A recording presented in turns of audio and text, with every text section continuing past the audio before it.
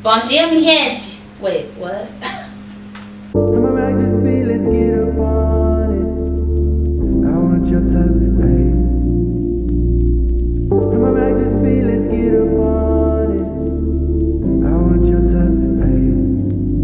don't really get easily intimidated.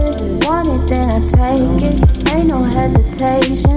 You can call me freak if you wanna freak, if you wanna. You know I'm a freak for you only, freak for you only. And you know that I don't mind.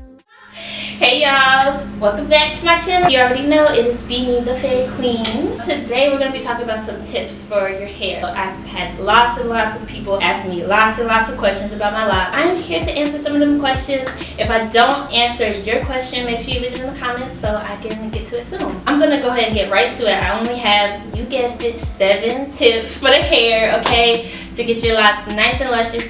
These are tips for people that are new to the lock journey, are thinking about joining the lock journey, or have already begun their journey and they want some extra tips, okay? This first tip, this is for people who are thinking about locking their hair. This is not for people who have already locked, okay? Well, you could cut them off and start a new set if you need to.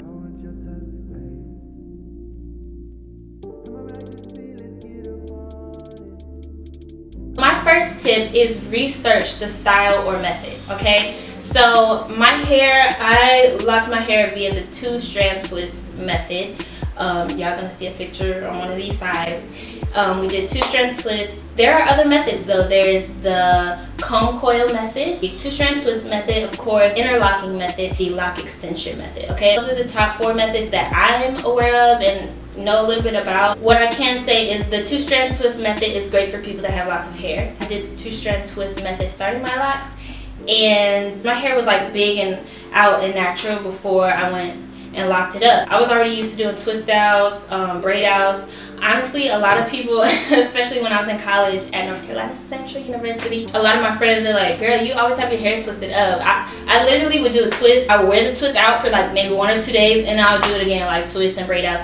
Back then, I really thought, I was like, I'll probably never lock my hair. But it's just so crazy in retrospect, because now I'm just like, I should have just locked it back then. But yeah, I had lots of hair, and we did the 2-strand twist method. If you have straighter hair, I did have a few sections of my hair that were straight, only because it was due to heat damage from flat ironing and things like that. If you do the comb coil method, it's not really going to coil if you have heat damage or if you have straighter hair. I would suggest the 2-strand twist method if you have hair that falls into those categories, okay? From my experience with seeing other people's, I did lock someone's hair with comb coils before. That method locks your hair pretty fast. Actually, my best friend right now, she's locking her hair. Shout out to you. My best friend, she did the comb coil method. Like I said, I locked someone's hair doing the comb coil method. In both situations, the hair locks very, very fast. If you have like a kinkier texture, I think a comb coil method is a great method because it locks very fast. My hair took about, my bad y'all, it's so hot in here. My hair took about, it took at least a year to be locked. It was locked, but they weren't fully formed, if that makes sense. When you see the picture, it's gonna make sense. So you gotta give your hair time to fully form, and even after it's locked. This is a true journey, okay? So, interlocking method. I'm gonna go ahead and say I'm not a big fan of the interlocking method or the faux lock extension method. I'm not a big fan of those 2 methods. To me, it just takes away the journey of it all.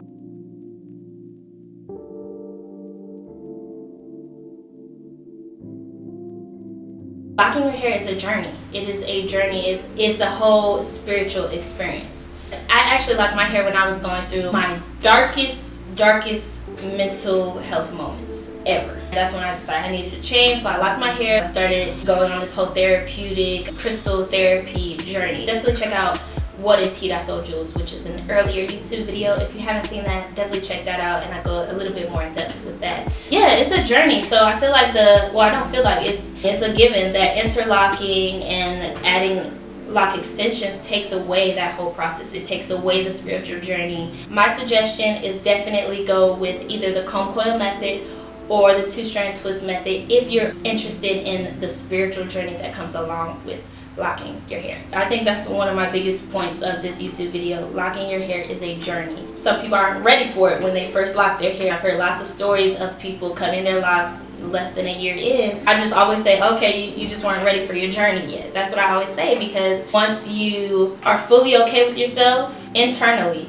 you don't care what your hair is looking like. You know you're on a journey. My hair was looking a little crazy for a little minute. I ain't even gonna front. But the crazy part is I was so focused on my mental health journey and my spiritual journey. I was so into my journey that I wasn't even caring about my hair and what it was looking like. I would throw it up in a bun and call it a day. Y'all can ask my students. Y'all know, well, if you've seen any of my other videos, you know I used to be a teacher. Most of my students were Latino students from different parts of Central and South America. They would just be like, Miss Green, when are you gonna take your hair out? And I'm like, y'all, this doesn't come out. Like, these are called locks. They got used to my hair real quick. I'm getting a little bit off topic, but yeah, so it's a journey. My next tip, find an experienced loctician.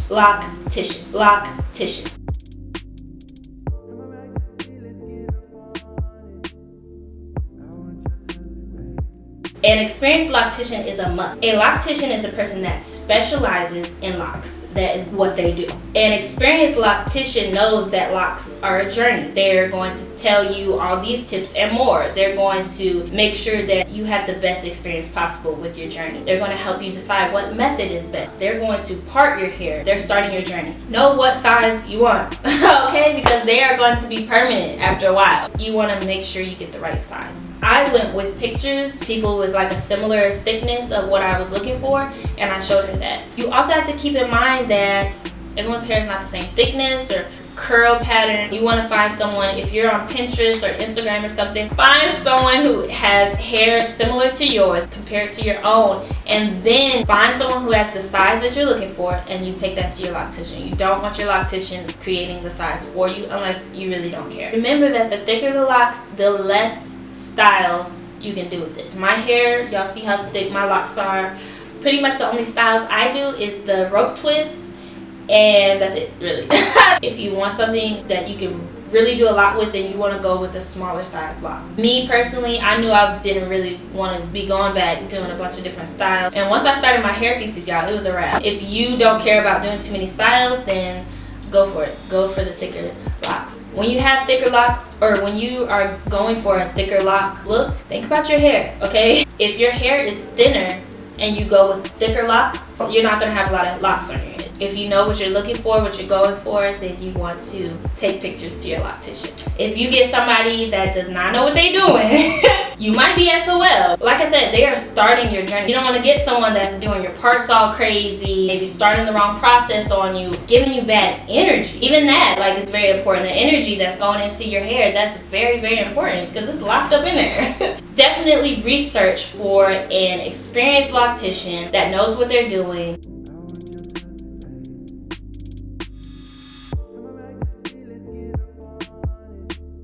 Also, something that a lot of people don't know, and that I didn't know when I locked my hair up, is that you're not going to see vertical growth for a while. The reason why is because locks are just that, it's locked up hair. Once it gets all matted up, it becomes a lock, that's when you're going to start seeing vertical growth, when you actually have locks.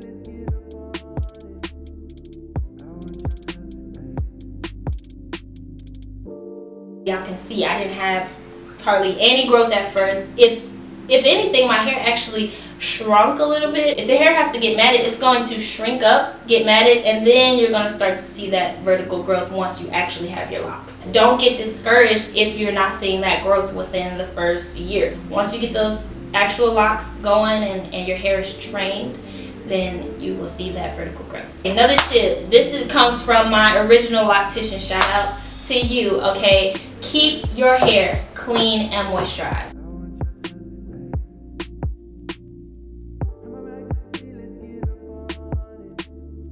But when you have a lot of hair and you're used to doing braid outs, twist outs, you're used to using a lot of different products, probably. I know I was. I was used to using a lot of different products to try and keep it nice and soft and whatnot. However, when you have locks, you kind of want to do the opposite. You want to moisturize. You don't want to cake it up with a lot of different products and whatnot. I don't know if y'all have ever seen dirty locks where you'll see like clumps of white stuff or gray stuff. That's product buildup and whatever else is going on in your hair. Locks definitely have to keep clean. The cleaner they are, the lighter they're going to be, obviously. And when you have longer locks, you start to feel that weight. You start to feel that weight, so you have to keep them clean, like I said. On top of that, just keep them clean so they smell nice. There's like misconceptions. People believe that locks are dirty and stink and all this. No, I mean, some people's locks do. Some people's locks do stink or can be dirty, just like people with hair that's out can stink and be dirty. It's all about washing your hair, keeping it clean. That's something that's very important. Clean, moisturized locks. For me, sometimes I spritz with water and I seal it with some oil. There's a common misconception out there about oil that I definitely want to point out. Oil is not a moisturizer. A lot of people think that oil is a moisturizer. It's not. It's a sealant. So what it does is it seals in dryness, or it can seal in moisture. So you have to put some moisture on your hair before you seal it with the oil. My next tip is to allow for new growth.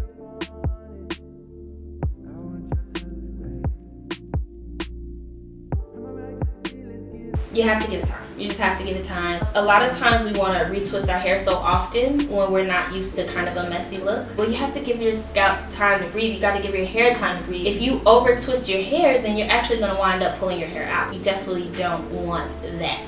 For me personally, when I first locked my hair, I was going back every 2 or 3 weeks for a retwist. Now, that is frequent. However, I have thicker locks. It gets very messy very quick up at the top, but the bigger your locks are. The 2 to 3 weeks at the beginning of my lock journey process, that was perfect for me.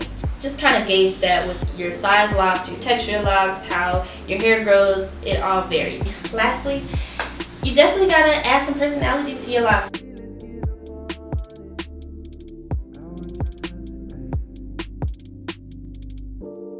I know a lot of people out here running around with silver and gold hair pieces from the beauty supply shop, you know, or you got some other things going on. However, Girasoul Jewels offers the absolute best handmade, all natural crystal healing hair jewels. Okay, so I offer sterling silver and 14 karat gold. It's all natural. It's not going to change colors. You can shower with these hair pieces. You can wash your hair with these hair pieces. I don't ever take these out. I'm the type of person, I like to leave my jewelry on. I like to leave whatever.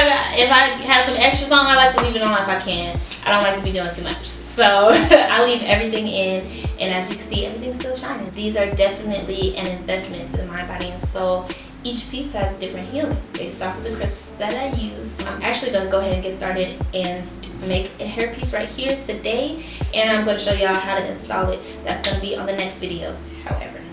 So y'all definitely got to tune into that. Alright y'all, so that's it for this video for my lock tips. I hope y'all enjoyed it. Let me know if y'all have any other questions about locks that I didn't talk about today. Put those in the comments and I'll definitely get to those soon.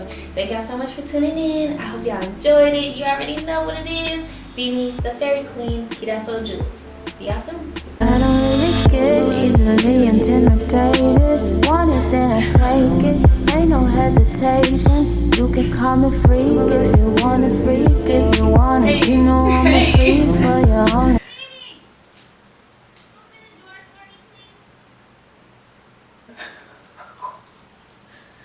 You said what?